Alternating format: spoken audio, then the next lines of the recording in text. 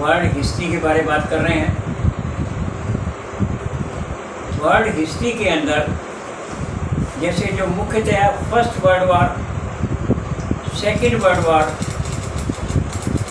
जो first world war जो हुआ 1914 से लेकर के और 1918 तक हुआ,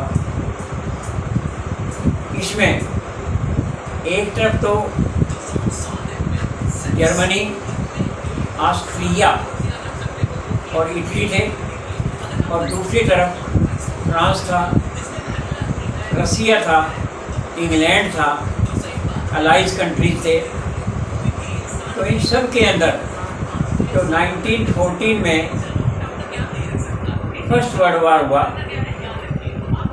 इसके अंदर जो जर्मनी और ऑस्ट्रिया की हार हो गई, ऑस्ट्रिया जो है डिवाइड हो गया और जर्मनी को बड़ा भारी धक्का लगा और फ्रांस वगैरह आगे बढ़ते चले गए। और वहाँ पर इंडियन सोल्जर भी फर्स्ट वर्ल्ड वार में हिस्सा लिया था इंग्लैंड की तरफ से।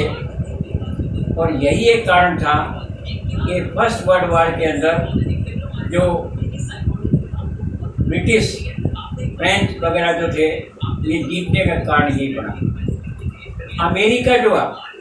अमेरिका आखिर तक भी फर्स्ट वर्ल्ड वार में हिस्सेदार नहीं था। वो तो फ्रेंडली कंट्रीज़ को, अलाइंस कंट्रीज़ को, इंग्लैंड को, फ्रांस को हथियार बेचने वाला था। वो तो हथियार बेचने वाला सौदागर था। तो जो फ्रांस वालों ने, जर्मनी वालों ने और जिसने भी, इंग्लैंड वालों ने जो इंडिया से और से जो कमा के लेके गए थे, वो सब जो था हथियारों के जरिए से अमेरिका ने उनसे ले लिया। और एंड में जा कर के अमेरिका भी इन्वॉल्व हो गया, परंतु उसका कोई ज़्यादा हिस्सेदारी नहीं थी। तो 1918 के अंदर फर्स्ट वर्ल्ड वार समाप्त हुआ।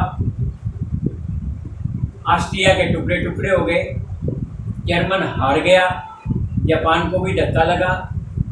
फिर जो है अमेरिका के अंदर एक इनका संधि हुआ था फ्रांस में और जर्मनी में। फ्रांस ने जर्मनी के कई इंडस्ट्रियल पर अधिकार कर लिए थे, तो उसका बदला लेने के लिए भी जर्मनी दोबारा इकट्ठा हो रहा था। और अमेरिका भी, जैसे जो सेकेंड वर्ल्ड वार हुआ वो 1939 से लेकर के 1945 तक, 39 से लेकर के 45 तक हुआ। परंतु इससे पहले अमेरिका के अंदर ऐसा मंदा आया, क्योंकि युद्ध तो हुआ नहीं, हथियार बिके नहीं। तो 1928 या 30 तक जो है ऐसी बेरोजगारी हो गई अमेरिका के अंदर। तो अमेरिका ने जानबूझ करके ऐसा माहौल क्रिएट किया कि सेकेंड वर्ल्ड वार हो गए।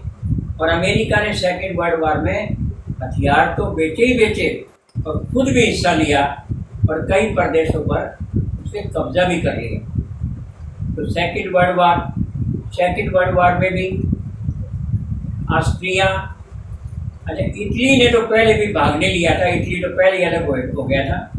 जर्मनी, ऑस्ट्रिया, जर्मनी के अंदर हिटलर वगैरह आए, उन्होंने बदला लेने की कोशिश की।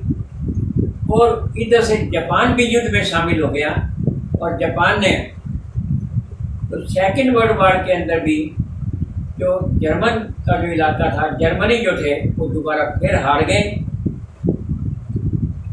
और फिर हारने के बाद जो है जर्मनी को कई भागों में बंटना पड़ा। तो जर्मनी और ऑस्ट्रिया ने तो हथियार डाल दिए थे, तो जापान ने हथियार नहीं डाले थे। और वो जो अमेरिकन को, यूरोपियंस को कैद कर रखा था, उनको टॉर्चर कर रहे थे। और जापान से हथियार डलवाने के लिए बड़ी कोशिश की गई, परंतु जापान नहीं माना। आखिरी 6 अगस्त 1945 को सबने मिल करके, जिसमें अमेरिका भी शामिल था, रूस भी शामिल था, चीन भी शामिल था, फ्रांस भी शामिल था, ब्रिटेन भी शामिल था, सब ने मिलकर के और जापान पर एटम बम डाला। और उसके अंदर तो सबसे पहला जो एटम बम जो था 6 अगस्त को जापान पर डाला गया, हिरोशिमा पर, और वहाँ पर लाखों व्यक्ति मारे गए, लाखों घायल हो गए। इस प्रकार से उन्होंने ये मजबूर करने के लिए कि जापान हथियार डाल दे, परंतु जापान ने हथियार फिर भी नहीं डाले। और 3 दिन बाद ही 9 अगस्त को नागासाकी पर, जो दूसरा इंडस्ट्रियल बड़ा शहर था, जापान पर हमला किया। और इस प्रकार से जापान पर हमला करने के बाद जो है, और जापान ने हथियार डाल दिए। इस प्रकार जापान को बड़ा भारी नुकसान हुआ, परंतु हिम्मत करके जापान आज भी आगे बढ़ा हुआ है, और हिम्मत करके जर्मनी भी आज भी आगे बढ़ा हुआ है टेक्निकली। तो इस प्रकार से सेकेंड वर्ल्ड वॉर खत्म होने के बाद यूएनओ की स्थापना हुई। फर्स्ट वर्ल्ड वॉर के बाद लीग ऑफ नेशंस बना था, परंतु लीग ऑफ नेशन जो था बना जरूर था, परंतु लीग ऑफ नेशंस को बड़े बड़े देशों ने सहयोग नहीं किया। इसलिए लीग ऑफ नेशंस अपनी बात बनवाने में नाकामयाब रहा, और league of nation first world war के बाद जो बना था वो बेकार गया।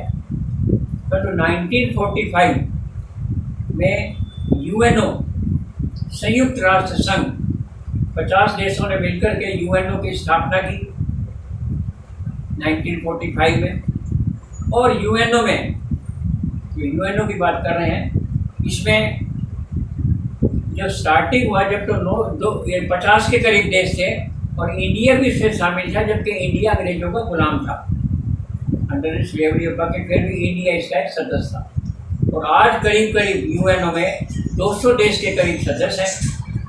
और यूएनओ के कुछ भाग हैं, जनरल असेंबली, जनरल असेंबली में सारे देश उसके मेंबर हैं।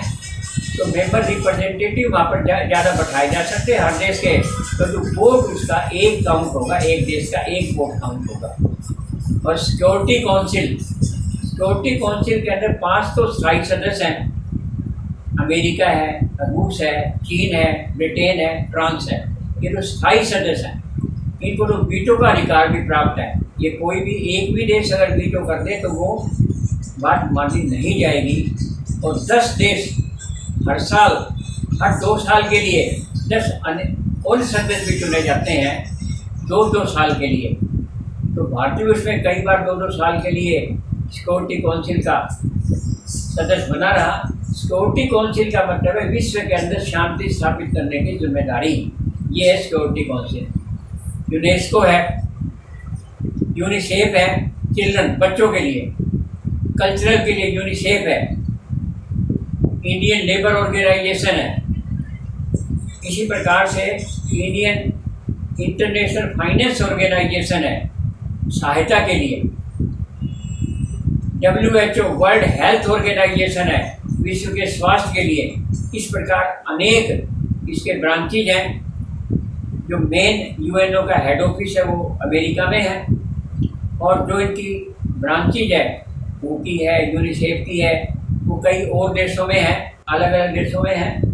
इस प्रकार से यूएनओ ने कई जगह विश्व के अंदर शांति स्थापित करने का प्रयत्न किया, और उसमें वो कामयाब भी रहा। परंतु आजकल जो बड़े देश हैं वो यूएनओ की बात को भी नहीं मान रहे, चाहे वो यूएसए है, चाहे वो यूएसएसआर है, सब अपनी मर्जी से चल रहे हैं। इस प्रकार जो यूनाइटेड नेशन है, जो संयुक्त राष्ट्र संघ है, उसकी बात को कम माना जा रहा है। तो ये अपने विश्व के लिए खतरनाक है, और हमें यूएनओ का अगर विश्व में शांति स्थापित रखनी है, भाईचारा रखना है, तो हमें मिलजुल करके चलना होगा, और जो है तभी विश्व के अंदर शांति स्थापित होगी। और यूएनओ जो बीमारियों में भी गरीब देशों की मदद करता है, फाइनेंस के लिए भी गरीब देशों की मदद करता है, बच्चों को आगे बढ़ने का प्रयास करता है, लेबर कानून के लिए भी। तो हर उसमें ब्रांचेज बनी हुई हैं, वो अपने अपने ब्रांचेज की देख रेख करते हैं। और संयुक्त राष्ट्र संघ की बातें जो हमने आज की है, फर्स्ट वर्ल्ड वॉर की है, सेकेंड वर्ल्ड वॉर की है, और अब हम देखते हैं। बस आज इतना ही, फिर बाकी फिर कभी सही। धन्यवाद आज के लिए। Thank you.